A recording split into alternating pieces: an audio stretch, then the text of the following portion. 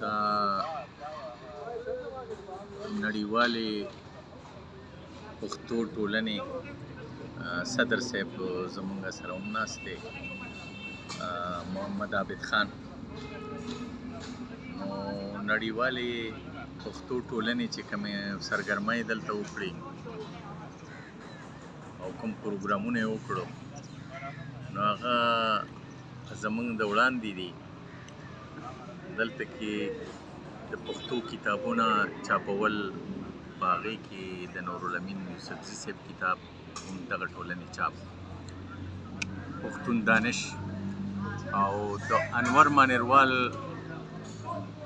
منظوم مشاعري د شاعرۍ کتاب یو ارمان هم دغه ټولنې چاپ کړو. بیا د هغې مخکتنه یې وکړه، دا زموږ د وړاندې داسې وشو. او د دې راتلونکي وخت کې لکه چې کومه ایجنډه ده، هغه دا ده چې دوی په پښتون کلتور باندې او په سیلګرۍ باندې، ادب باندې دوی مزید کار کول غواړي. او د دې چپټرې دي به کول د محمد عابد خان. زه خو په خپله سوشل میډیا نه کوم، نو په ټوله دنیا کې د دې نمایندګان شته. دا ډیره ښه خبره ده.